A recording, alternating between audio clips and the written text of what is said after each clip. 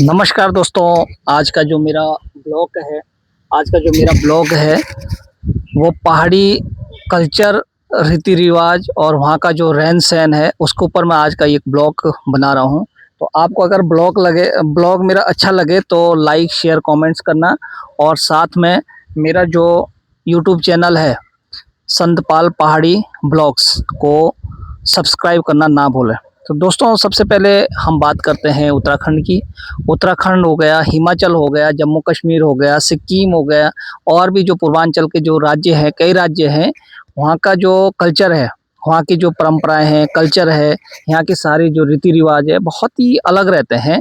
क्योंकि पहाड़ी जो क्षेत्र है हमारा, वहाँ का जो पहनावा है वो अलग है, वहाँ का जो खान पान है वो अलग है। खान पान में मुख्य रूप से अगर हम कहें तो कोदा, झंगोरा और भी कई ऐसी चीज़ें हैं जो कि मेडिसिन के तौर पर भी यूज़ की जाती है। लेकिन अगर पहाड़ की बात करें तो रोज़मर्रा के जीवन में वो खान पान रहता है। अगर वहाँ के लोक संस्कृति की बात करें तो लोक संस्कृति भी वहाँ की बहुत ही डिफरेंट रहती है पहाड़ों की। चाहे तांदी नृत्य हुआ, चाहे बहुत सारे हो गए, छोड़े, हारोल, और भी कई नृत्य ऐसे होते हैं जो कि डिफरेंट रहते हैं अन्य जगहों के नृत्य से। और वहाँ के जो लोक गाने होते हैं वो भी डिफरेंट रहते हैं, हर जगह के अलग अलग। हिमाचल के अलग रहेंगे, उत्तराखंड के अलग, सिक्किम, अरुणाचल प्रदेश, पूर्वांचल राज्यों के वहाँ के जो गाने रहते हैं वो डिफरेंट रहते हैं, अलग रहते हैं। दोस्तों, अगर यहाँ के त्यौहार की बात करें तो त्यौहार भी अलग अलग होते हैं। जैसे अपना फुलदेई है, और गढ़वाली, कुमाऊनी, हिमाचली लोग, ये अलग अलग त्यौहार मनाए जाते हैं। अगर हम अपने उत्तराखंड की बात करें तो उत्तराखंड के जो त्यौहार है वो बहुत डिफरेंट रहते हैं, अलग अलग त्यौहार रहते हैं। इसी प्रकार से हिमाचल में अलग होते हैं, और जितने भी पहाड़ी राज्य है वहाँ के जो त्यौहार है वो भी अलग होते हैं। तो दोस्तों, मेरा कहने का मतलब टोटल ये है कि हमारा जो पहाड़ी जो कल्चर है बहुत ही सुंदर रहता है, बहुत ही अच्छा रहता है, और बहुत ही मतलब ये कहें कि लाभदायक है। क्योंकि पहाड़ का जो अपना रीति रिवाज है, सबसे बड़ा वहाँ की जो विशेषता है, अब मैं आपको विशेषता बताता हूँ, उस पर गौर कीजिएगा। यहाँ की जो विशेषता है, विशेष रूप से वहाँ पे एक दूसरे को सहयोग करना, सपोर्ट करना। और सबसे बड़ी बात ये है कि यहाँ की जो विशेषता है वो ये है कि एक दूसरे के साथ मिलजुल कर रहना, एक दूसरे का सहयोग करना।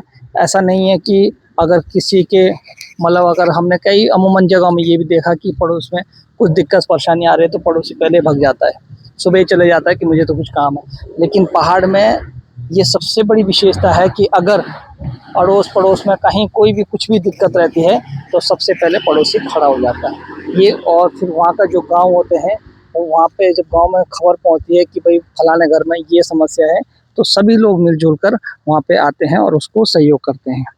तो दूसरों, ये मेरा कहने का मतलब ये है, जो तात्पर्य है आज के जो मैं अपना मुख्य ब्लॉग जो मेरा है वो इस पे है, इस पे आधारित है कि पहाड़ का जो क्षेत्र है पूरा, चाहे हिमाचल, उत्तराखंड, यहाँ के जो लोग हैं बहुत ही अच्छे संस्कारी लोग रहते हैं।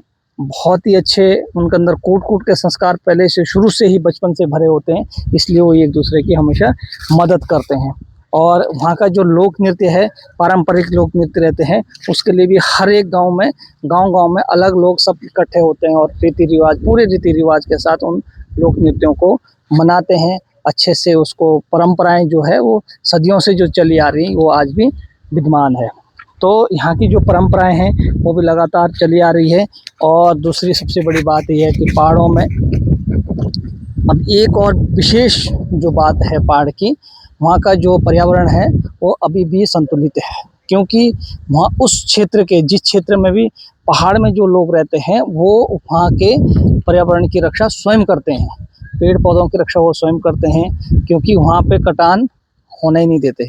अगर पहाड़ी लोग हैं, अगर कहीं पे कटान चल रहा है, कुछ चल रहा है, मतलब गलत गतिविधि अगर चल रही है, तो उसको वहाँ के जो लोकल लोग रहते हैं तो उसको वो स्वयं ही रोकते हैं, और मतलब वहाँ की जो ये गतिविधियाँ हैं उसको वो चलने नहीं देते हैं।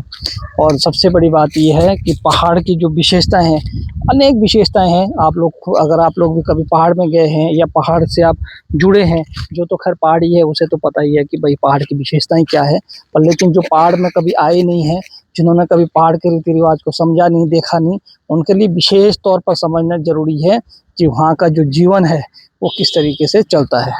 और दूसरी बात यह है कि पहाड़ में कम संसाधन में अधिक चीज़ों का और वहाँ पे रहना बहुत मुश्किल होता है, क्योंकि वहाँ पे जो कम संसाधन जो कम है, एजुकेशन के क्षेत्र की अगर बात करें तो पहाड़ों में एजुकेशन की व्यवस्था पूर्ण रूप से अभी नहीं है।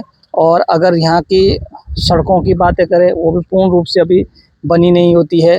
पानी, ये जो मूलभूत सुविधाएं हैं ये भी पहाड़ में उपलब्ध नहीं है। और सबसे बड़ी बात है स्वास्थ्य की जो समस्या है वो सबसे बड़ी दिक्कत रहती है वहाँ पे, क्योंकि कहीं पे हॉस्पिटल है तो डॉक्टर नहीं है, अगर डॉक्टर है तो हॉस्पिटल नहीं है।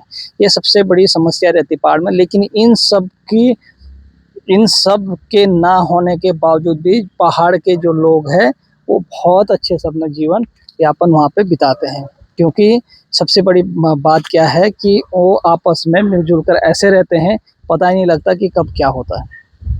इसीलिए चाहे कुछ भी कोई भी समस्या हो तो वो लोग जो पहाड़ी क्षेत्र के जो लोग हैं उस समस्या का निराकरण और समाधान उसी में जगह में रहकर निकालते हैं, करते हैं और निभाते हैं।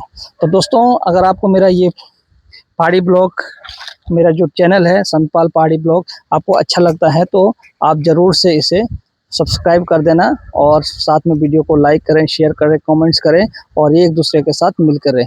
जय हिंद, जय उत्तराखंड।